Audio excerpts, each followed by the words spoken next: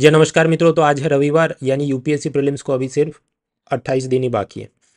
पूरे साल के इकोनॉमी के करंट अफेयर्स के अपडेट के लिए मेरी फ्री सीरीज चल रही है Win23 सीरीज। अब तक उसमें पहला pillar money banking finance insurance खत्म, दूसरा पिलर बजट टैक्सेशन खत्म, तीसरा पिलर ये इंटरनेशनल ट्रेड खत्म, चौथा pillar sectors of economy including GDP, unemployment, inflation, ये सब खत्म। पांचवा पिलर इंफ्रास्ट्रक्चर, उसके लिए 10 तारीख बुधवार को मेरी क्लास होने वाली है। ये सब अनअकैडमी के ऊपर फ्री चलता है, लिंक सब डिस्क्रिप्शन में होते हैं। अब यही क्लासेस उसकी रिकॉर्डिंग जो अपने यूट्यूब पे अपलोड हो रही है, तो स्वाभाविक है ये थोड़े दिन बाद से अपलोड होती। तो यहाँ पर भी बहुत सारे वीडियोस और एपिसोड तो ख़त्म हो चुके हैं, तो या तो उधर स्पेशल क्लास में, नहीं तो इधर यूट्यूब पे आप इसको पढ़ के निपटाओ। यहाँ यूट्यूब पर हम पिलर 2 तक पहुँचे हैं, मतलब बजट का इंट्रोडक्शन, डायरेक्ट टैक्सेस इस वीडियो में देखेंगे। इसके बाद जो वीडियो आएगा उसमें इनकम टैक्स के new tax regime, old tax regime, वो सब समझते हैं। उसके बाद ये GST, subsidy, revenue shortfall, deficit, disinvestment, ये सब मुद्दे अलग अलग वीडियो में आते रहेंगे। साथ ही साथ मैं आपको बताना चाहता हूँ कि अनअकैडमी लेकर आया है ये अभ्यर्थी से अधिकारी तक ऑफर, कि जहाँ पर आप अनअकैडमी का सब्सक्रिप्शन लेने के बाद प्रीलिम पास करो तो मेंस की कोचिंग फ्री। मेंस की कोचिंग जो फ्री मिलेगी उसके अंदर भी आपको दिल्ली में हॉस्टल और अकोमोडेशन, रहने खाने की सुविधा के साथ। मेंस पास करने पर इंटरव्यू की तालीम फ्री, इंटरव्यू पास करने पर fee refund subject to certain terms and conditions. ये ऐसा भी नहीं कि हम नए हैं इस फील्ड में, नो, कई सालों से कार्यरत हैं। अब तक कुल मिलाकर 400 से ज़्यादा टॉपर्स अनअकैडमी ने देश को दिए हैं, इंक्लूडिंग ऑल इंडिया रैंक 2, 3, 4, और हर वर्ष पहले से ज़्यादा हमने रिजल्ट लाया है। अनअकैडमी का ये जो प्लस प्लेटफॉर्म है उसमें मिलता क्या है, तो live classes by top educators, notes, prelim और मेंस की test series, mains test series with evaluation, ये जो पूरी चीज़ होती है उसको हम कहते हैं प्लस पैकेज। उसके ऊपर आप अगर और एक्स्ट्रा फीचर चाहें जैसे printed notes, mentorship, daily answer writing, तो उसके लिए आइकॉनिक एड ऑन होता है। और ये सब के ऊपर भी अभी 50% ऑफ ऐसी स्कीम है using the discount code monal.org। और ये जो वाला 50 अप टू 50% ऑफ वाली चीज़ है वो आज ये 30 तारीख जो है उसमें ख़त्म होने वाली है। So take benefit of that also if you are interested. बाकी अपनी पढ़ाई जो चल रही है उसको आप फॉलो करें, चैनल को लाइक, शेयर और सब्सक्राइब करें, और आगे अब ये पढ़ाई का वीडियो आप देखिए। तो अब तक जो हमने पढ़ा था इस सीरीज़ के अंदर, इसके पहले भी जो 2 क्लास हो चुके हैं, ट्राई दिस क्वेश्चन आगे बढ़ने से पहले ये हम पढ़ चुके हैं कि बजट 2023 ने शहरी इंफ्रास्ट्रक्चर डेवलपमेंट फंड की स्थापना की घोषणा की है। इसमें ये ब्लैंक से धन प्राप्त होगा। Budget 2023 announce setting up of urban infrastructure development fund, it will receive funds from blank. Option A, प्राथमिक क्षेत्र के ऋण मानकों में जो कमी आएगी उसमें से। Priority sector lending shortfall. Option B, municipal bond, नगर पालिका बॉन्ड में से। ऑप्शन सी, ये पैसा आएगा पेट्रोल डीजल पर सेस लगा के, सेस ऑन पेट्रोल डीजल। या ऑप्शन डी, भारत की एकत्रित निधि, कंसोलिडेटेड फंड ऑफ इंडिया में से इधर पैसा आएगा। ये सिंपल सी चीज़ है, जो आप जानते हैं बैंकर्स ने जितना भी पैसा लोन में घुमा रहे हैं उसका 40% ये फार्मर्स को, वीकर सेक्शन वगैरह को प्रायोरिटी सेक्टर लैंडिंग नॉर्म्स में देना होता है। अगर वो कोटा कंप्लीट नहीं कर पाएगा तो आरबीआई जहाँ दे वहाँ पर उसको पैसा कुछ कंट्रीब्यूट करना होता है। तो उन पैसों से ये अर्बन इंफ्रास्ट्रक्चर डेवलपमेंट फंड में पैसा है। This we have already studied. ये सब चीज़ें हम लोग आगे ही पढ़ चुके हैं इधर मनी बैंकिंग, फाइनेंस, इंश्योरेंस वगैरह में। तो वो सारे फ्री लेक्चर ही थे, उसको पहले कंप्लीट करो फिर आगे बढ़ो। All this things are over, now we are in the second pillar, that is budget taxation. हाँ, तो बजट टैक्सेशन, अब इसका यूटिलिटी क्या है, प्रीलिम में कितना आता है budget taxation, public finance, subsidy वगैरह। बीच में एक एक प्रश्न नहीं आ रहा था, अभी लास्ट एग्जाम के अंदर 3 वो वोडाफोन का रेट्रोस्पेक्टिव टैक्स और फिर इधर उधर के छोटे मोटे प्रश्न थे। Anyways, so how we will approach this pillar. सबसे पहले थियरी को वार्म अप एक्सरसाइज करते हैं, फिर अलग अलग part, taxes, subsidy, disinvestment, deficit, government scheme, sequence में उसको देखते हैं। So first of all let us warm up with some theory. I am sure आप लोग ये पुराने सब बैचेज और क्लास में पढ़ चुके हैं, लेकिन पहले दिमाग में वो जोन में आते हैं कि यार ये सब पढ़ना है, फिर उसको अपडेट करते हैं लेटेस्ट बजट और इकोनॉमिक सर्वे क्या बोल रहे हैं। देखिए, बजट जो प्रेजेंट करना था, आप जानते हैं कॉन्स्टिट्यूशन में तो बजट नाम का वर्ड लिखा नहीं। हालांकि कॉन्स्टिट्यूशन कहता है कि 3 डॉक्यूमेंट डालने चाहिए, टैक्स लेने के लिए finance bill, consolidated fund of India में से खर्चे करने के लिए अप्रोप्रिएशन बिल, और पिछले साल का और भविष्य का जो हिसाब किताब है, इनकम, एक्सपेंस, वो सब दिखाने के लिए एनुअल फाइनेंशियल स्टेटमेंट, वार्षिक वित्तीय विवरण। सो 3 डॉक्यूमेंट्स आर रिक्वायर्ड, बराबर है, ये कॉन्स्टिट्यूशन ने बोला। Secondly, there is one FRBM act, fiscal responsibility and budget management act, वो ये कहता है सरकार ने अपने घाटे को कम करना चाहिए, रिड्यूस द फिजिकल डेफिसिट वगैरह। अब ये जो FRBM एक्ट है वो कहता है कि हर साल सरकार ने कुछ और डॉक्यूमेंट रखने चाहिए पार्लियामेंट में, तो वो कौन कौन से हैं? Medium term physical policy statement, मतलब कितना पैसा आएगा जाएगा वो सब बताओ। मैक्रो इकोनॉमिक फ्रेमवर्क, वो ऐसा लिखना होगा कि उसमें भारत का GDP कितना होगा, करंट अकाउंट डेफिसिट कितनी होगी वगैरह। फिजिकल पॉलिसी स्टेटमेंट, उसमें भी वही सब बातें, कुछ टैक्स और सब्सिडी वगैरह की। फिर एक मीडियम टर्म एक्सपेंडिचर फ्रेमवर्क, ऐसा भी डॉक्यूमेंट डालना था। हालांकि बजट ने ये बोला हमसे न हो पाएगा। उसका कारण ये है कि कोरोना के चलते और उसके बाद सरकार सोच के बैठे इतना ही खर्चा होगा, तो वो होता नहीं, उससे ज़्यादा ही खर्चे हो जाते हैं सब्सिडी वगैरह में, जो हम आगे देखें। इसलिए गवर्नमेंट ये डॉक्यूमेंट आजकल डालती है। Anyway, so constitution requires some document to be presented, FRBM Act requires some document to be presented. Lastly, ना constitution में लिखा ना किसी कानून में लिखा, लेकिन सरकार खुद से ट्रांसपेरेंसी अकाउंटेबिलिटी के लिए कुछ और भी डॉक्यूमेंट डालती है। कौन कौन से?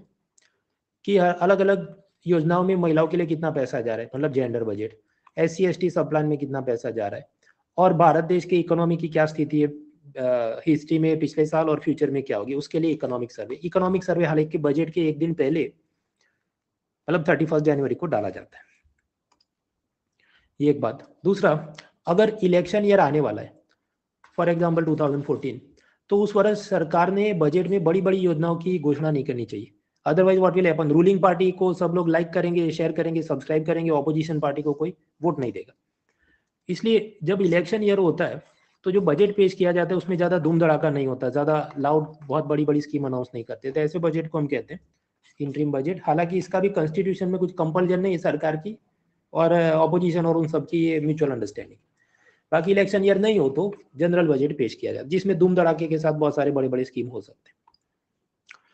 एक और चीज, एक जमाने में बजट को फरवरी के वीक 4 में प्रेजेंट किया जाता था। उसमें तकलीफ ये होती थी कि मैंने आपको बताया पैसा खर्च करने के लिए एक एप्रोप्रिएशन बिल पास करना होता है, तो पुराने की वैलिडिटी खत्म हो जाती है, नए वाली की आनी बाकी, और उतने में फाइनेंशियल ईयर कंप्लीट हो जाए, तो टेम्पररीली गवर्नमेंट ने कुछ पैसा मांगना पड़ता था पार्लियामेंट से, उस चीज को हम कहते हैं वोट ऑन अकाउंट। हालांकि मोदी सरकार ने एक रिफॉर्म लिया है कि अब वो फरवरी के फर्स्ट वर्किंग डे को ही पास कर देते, so there is no need for vote on account, क्योंकि सब टाइम पे हो जाता है। ये हमने डिटेल में ऑलरेडी पढ़ लिया था, तो इसमें ज्यादा दिमाग नहीं खर्च कर। बाकी जहां तक बजट और इकोनॉमिक सर्वे की थीम की बात है, कि फॉर एग्जांपल लेटेस्ट जो बजट आया तो उसके अंदर 7 प्रायोरिटी फॉर अमृत काल बोल के सब लिखा है। लेटेस्ट इकोनॉमिक सर्वे, हालांकि उसमें कोई थीम तो नहीं बोला, पर ये भारत देश का GDP 6 to 6.1% होगा वगैरह, वो सब आपके हैंडआउट में दिया है। फ्री हैंडआउट ऑलरेडी आई है अपलोडेड, आप अनअकैडमी के लर्न ऐप से, मेरे टेलीग्राम चैनल से, हर जगह से आपको मिल जाएगा। उसको खुद के देख के ये खत्म करो। देखिए अपने प्रीलिम एग्जाम कब है, 28 मई को, तो करीब 67 डेज बाकी है। तो जो चीज़ 20 मिनट पढ़ के खत्म हो सकती है, 40 मिनट वीडियो मत देखो। तो ये सब सेल्फ एक्सप्लेनेटरी, इसको पढ़ के खत्म करो, हैंड आउट में सब दिया। और जाने लायक चीजें क्या है इकोनॉमिक सर्वे में, तो इकोनॉमिक सर्वे में पहले 2 वॉल्यूम में रखते थे, आजकल सिर्फ सिंगल वॉल्यूम में डालते हैं। अब सिंगल वॉल्यूम के अंदर भी 2022 के अंदर जो सर्वे आया था उसमें ये सब चैप्टर थे। मैं सबकी लिस्ट नहीं पढ़ूंगा, मुझे हाईलाइट सिर्फ एक ही करना है कि चैप्टर 10 था सोशल इंफ्रास्ट्रक्चर एंड एम्प्लॉयमेंट, मतलब कि प्रायोरिटी में एकदम आखिर में गया, ठीक है वो।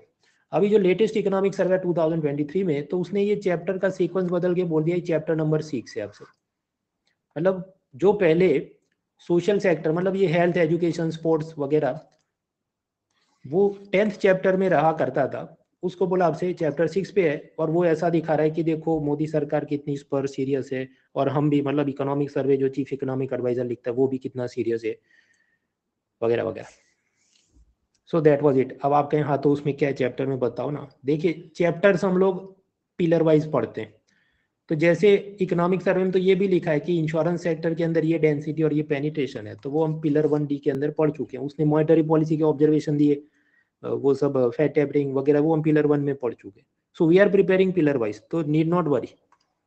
ये जितने उसके 11-12 चैप्टर हैं वो सब धीरे धीरे आ रहे हैं। जैसे चैप्टर नंबर 4 मॉनेटरी मैनेजमेंट, वो सब खत्म हो गया। आज जो हम पढ़ेंगे उसमें चैप्टर नंबर 3 फिजिकल डेवलपमेंट खत्म हो जाए वगैरह वगैरह। खैर आगे बढ़ते हैं। तो हमने थोड़ी वार्म अप थियरी देख ली, अब सीधा चलते हैं रेवेन्यू पार्ट पे। देखिए पूरा बजट कुछ ऐसा दिखता है। अब ये ऐसा दिखता है तो डरना है नहीं। आज जो ये पूरा 1.5-2 घंटा लेक्चर चले उसके बाद it will make sense to you कि ऐसा क्यों दिखता है। अभी हम लोग ये पूरे बजट को अल्टीमेटली विल सी अगेन कि ऐसा चार्ट क्यों बन गया। First of all let us only focus on one thing कि बजट के दो पार्ट होते हैं, एक होता है कैपिटल पार्ट जो बाद में देखेंगे, और दूसरा होता है रेवेन्यू पार्ट जो अभी देखेंगे।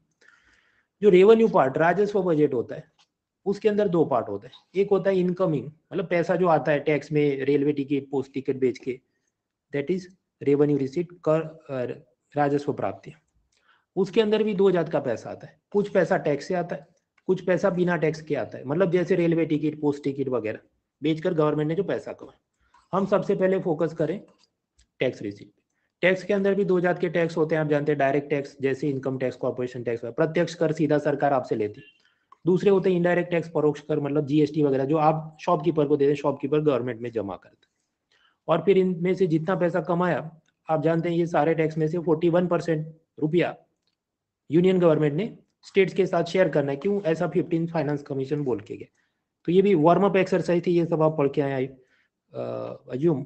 अब हम सीधा आगे बढ़ते हैं डायरेक्ट टैक्सेस। तो प्रश्न लेटेस्ट बजट में डायरेक्ट टैक्स में क्या बोला, जवाब सिर्फ एंजल टैक्स और ये इनकम टैक्स में 2-4 नए अपडेट थे, बाकी कुछ खास अपडेट है नहीं जहां तक डायरेक्ट टैक्स की बात है।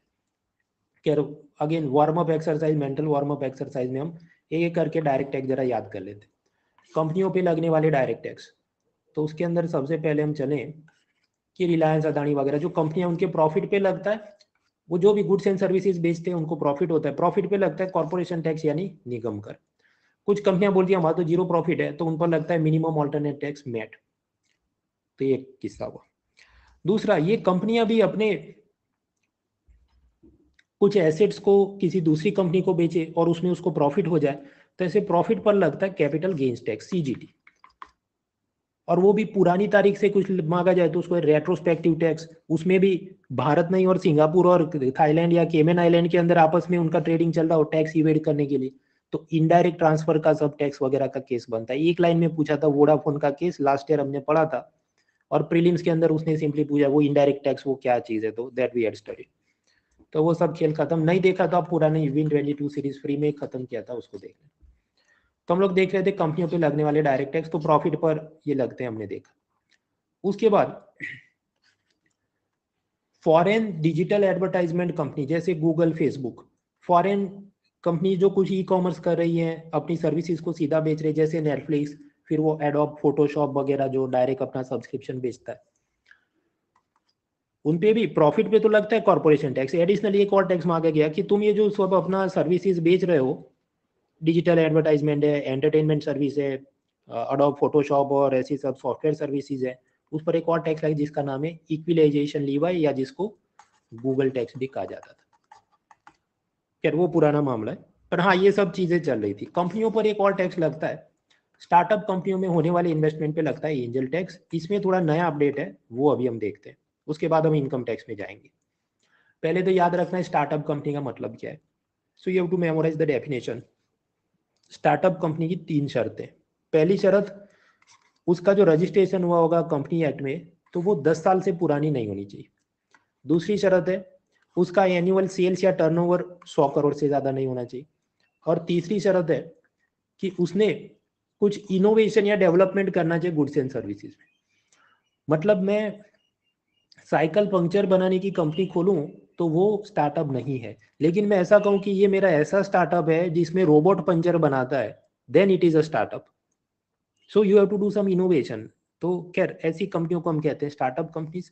स्टार्टअप कंपनियों को क्या फायदे मिलते हैं, तो देखिए जो भी कंपनी को प्रॉफिट होता है उस पर कॉर्पोरेशन टैक्स तो लगता है, लेकिन स्टार्टअप को ये कहा जाता है कि तुम्हारे जन्म से लेके 10 साल तक में 1 2 3 4 ऐसे 10 करो, और आप कोई भी 3 साल पकड़ लो जहां पर आपको कोई टैक्स नहीं भरना, मतलब नो कॉर्पोरेशन टैक्स, और आपके जो भी फाउंडर्स हैं उनको कोई इनकम टैक्स नहीं भरना। तो ऐसा उनको रियायतें दी जाती है ताकि स्टार्टअप कल्चर इंडिया में डेवलप हो सके।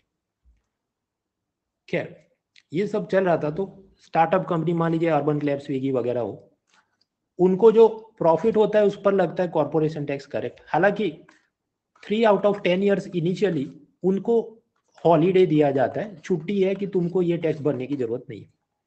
So that is understood.